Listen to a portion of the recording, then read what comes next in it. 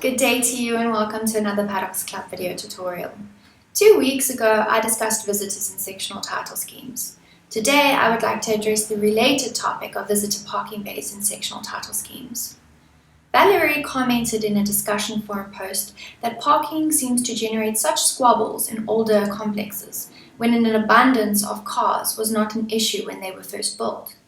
In this age of 2 and even 3 car families, the inadequacy of the exclusive use parking bays has put great pressure on visitors' parking bays.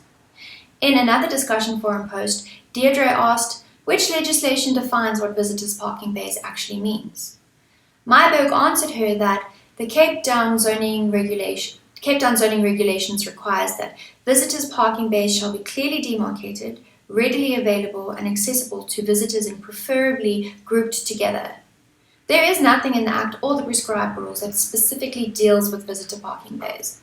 Prescribed Conduct Rules 3.1 states that no owner or occupier shall park or stand any vehicle upon the common property or permit or allow any vehicle to be parked or stood upon the common property without the consent of the trustees in writing.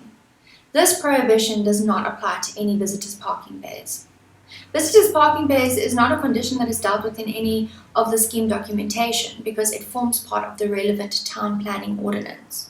Therefore, the requirements for visitors parking bays is a local municipality town planning issue.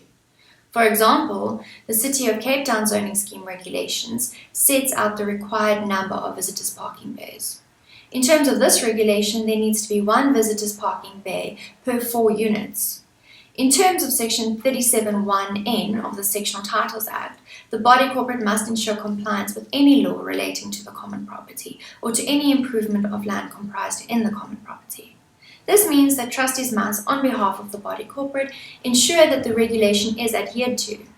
While in practice, the visitor parking bays may be used by residents, the trustees are not entitled to give any resident permission to park in such a bay or to lease these bays out. Furthermore, the trustees cannot give exclusive use rights to any owner over a visitor's parking bay. Graham has stated that in practice the local municipality does not usually react to contraventions of the town planning scheme, except on the basis of complaints. In my experience, I have visited the building survey and town planning department in Cape Town municipality, and I could not obtain a clear answer on the application of the zoning scheme regulations. So what can be done to deal with the use of visitors parking bays then? If the scheme does not have sufficient off-street parking to serve the needs of the residents and there are unallocated bays on the common property, the trustees should take and record in the minutes of their meetings a parking bay policy that sets out the rights and obligations of residents in the use of these bays. Notice of this resolution should then be posted on a notice board on the common property or otherwise communicated to all the residents. Furthermore, owners may, in terms of Section 39(1) of the Act, give the trustees directions as to how they should control parking on the common property. Some schemes have rules on how many nights per month a visitor may stay over, and some issue a limited number of overnight parking tokens to residents for the use of their visitors. Where there are schemes that do not have sufficient parking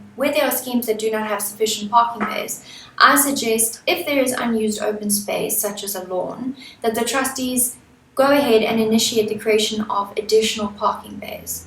This will be a non-luxurious improvement to the common property, and the process that's set out in Prescribed Management Rule 33.2 for the non-luxurious improvement will need to be followed. Thank you for joining me. If you have experienced any problems with visitors parking bays in your scheme, please post your comments or questions on the discussion forum.